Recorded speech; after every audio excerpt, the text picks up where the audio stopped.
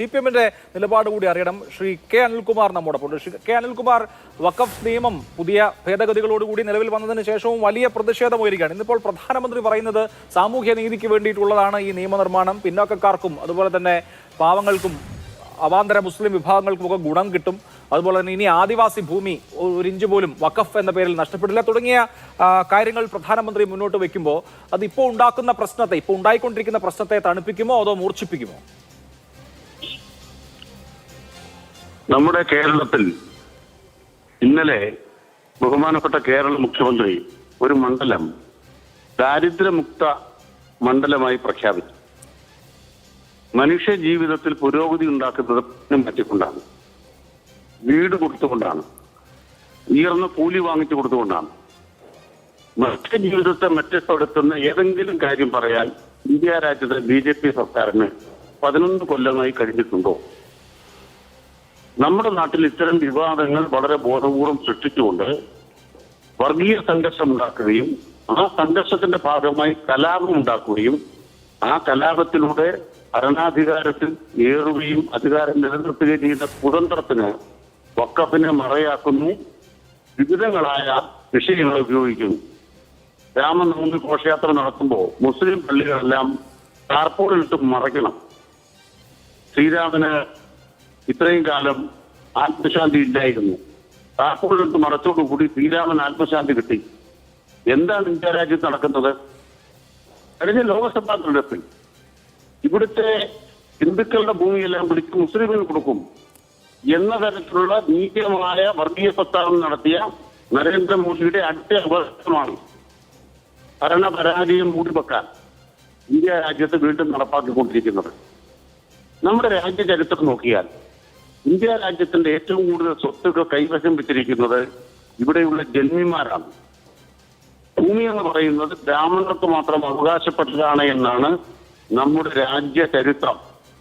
ബ്രാഹ്മണർക്കും ക്ഷത്രിയർക്കും മാത്രം. ഗോ സമ്പത്ത് എന്ന് പറയുന്നത് ബ്രാഹ്മണർക്കേ പാടുള്ളൂ, ഭൂമി സമ്പത്ത് എന്ന് പറയുന്നത് ബ്രാഹ്മണർക്കേ പാടുള്ളൂ. ബ്രാഹ്മണരുടെ പര്യായ പദമാണ് ഭൂമിദേവൻ. ഈ രാജ്യത്തെ സമ്പത്തെല്ലാം മഹാരാജാക്കന്മാരുടെ പക്കലായിരുന്നു.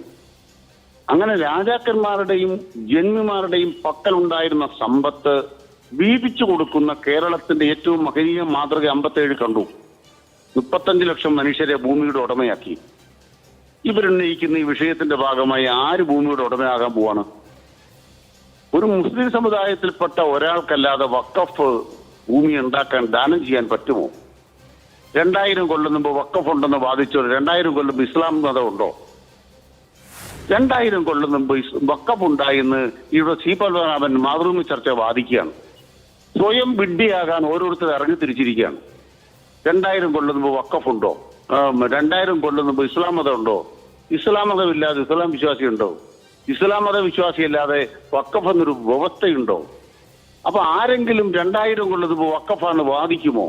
അല്ല, പുള്ളി അദ്ദേഹം പറഞ്ഞത് അങ്ങനെയല്ല. 2000 കൊല്ലം മുമ്പുള്ള ക്ഷേത്രമാണ്, അതാണ് പിന്നീട് വഖഫായി പിന്നീട് ക്ലെയിം ചെയ്തതെന്നാണ് അദ്ദേഹം പറഞ്ഞത്. അതെ, ഞാൻ ചോദിക്കുന്നത് 2000 കൊല്ലം മുമ്പ് ക്ഷേത്രം ഉണ്ടോ? ഞാൻ ചോദിക്കുന്നത് തിരിച്ചു ചോദിക്കുക, 2000 കൊല്ലം മുമ്പ് ക്ഷേത്രം ഉണ്ടോ? ഇനി അങ്ങനെ തന്നെ നമുക്ക് എടുക്കാം.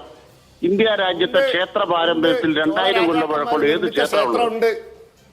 ഇല്ല.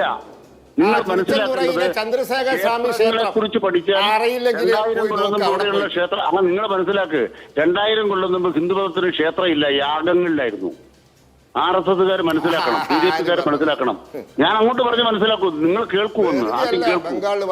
ഞാൻ വെറുതെ അല്ല, ഞാൻ പഠിച്ചിട്ടാ പറയണത്. 2000 കൊല്ലം മുമ്പ് യാഗ സംസ്കാരമായിരുന്നു. നിങ്ങൾ ഈ വിഡ്ഢിത്തരെല്ലാം പറഞ്ഞപ്പോ കേട്ടോണ്ടിരുന്നല്ലോ. ഞാൻ പറയുന്നത് കേട്ടെ. 2000 കൊല്ലം മുമ്പ് യാഗ സംസ്കാരമായിരുന്നു. ബുദ്ധമതത്തിന്റെ കാലത്ത് എവിടെയായിരുന്നു വിഗ്രഹങ്ങൾ? ഏത് വിഗ്രഹം ഉണ്ടായിരുന്നത്? ബ്രാഹ്മണ്യത്തിന് വിഗ്രഹമുണ്ടോ? ബ്രാഹ്മണ്യം എന്ന് പറയുന്നത് യാഗയജ്ഞ സംസ്കാരമല്ലേ ഉള്ളൂ. അതല്ലേ ചരിത്രം. അതിന്റെ ഭാഗമായിട്ടാണ് ക്ഷേത്രങ്ങൾ എപ്പോൾ വന്നു. നിങ്ങൾ ഹിന്ദുമതത്തിന്റെ പരിണാമ ചരിത്രം പഠിക്കൂ. ഞാനിപ്പോ ഇന്ന് അതിലേക്ക് പോകാനല്ല. ഇന്ന് നരേന്ദ്രമോദി ഉപയോഗിക്കുന്ന വഖഫ് ഭീകരത തുടങ്ങിയ എല്ലാ വാക്കുകളും ഒരു പച്ച കള്ളം പറയുകയാണ്, പച്ച നുണകൾ പറയുകയാണ്. അതുകൊണ്ട് ഇപ്പൊ ബംഗാൾ കത്തി എരിഞ്ഞുകൊണ്ടിരിക്കുന്നു. അതിൽ മമതാ ബാനർജി ഉണ്ട്, ഇപ്പുറത്ത് SDP ഉണ്ട്, അല്ലെങ്കിൽ ഇസ്ലാമിക വർഗീയത കൈകാര്യം ചെയ്യുന്നവരുണ്ട്. രണ്ടു കൂട്ടരോട് ഒരു ഭാഗത്ത് ഇറങ്ങിയിരിക്കുന്നു, മറുഭാഗത്ത് BJP ഇറങ്ങിയിരിക്കുന്നു. നാട് കത്തിക്കുകയാണ്. ഇത് മനുഷ്യന് ഭൂമി കൊടുക്കാനുള്ള പദ്ധതിയല്ല. ഞാൻ പറയുന്നത് 11 കൊല്ലമായി അധികാരത്തിലേറി ഇന്ത്യയിൽ ഭൂവിസ്തരണം ഉണ്ടോ? കൃഷിഭൂമി കൃഷിക്കാരന് കൊടുക്കുമോ? ഇവർ ഈ 11 കൊല്ലം കൊണ്ട് എത്ര പേരുടെ ജീവിതം മെച്ചപ്പെടുത്തി? ഇതല്ലേ ചോദ്യം. എത്ര മനുഷ്യരുടെ ജീവിതത്തെ നിങ്ങൾ മെച്ചപ്പെടുത്തി? ഇതല്ലേ പ്രധാനപ്പെട്ട ചോദ്യം. ശരി, ഈ ചോദ്യത്തിന് ഉത്തരം പറയണം. അതാണ് ഞങ്ങൾ ആവശ്യപ്പെടുന്നത്. ശരി, ഓക്കെ, ആവട്ടെ.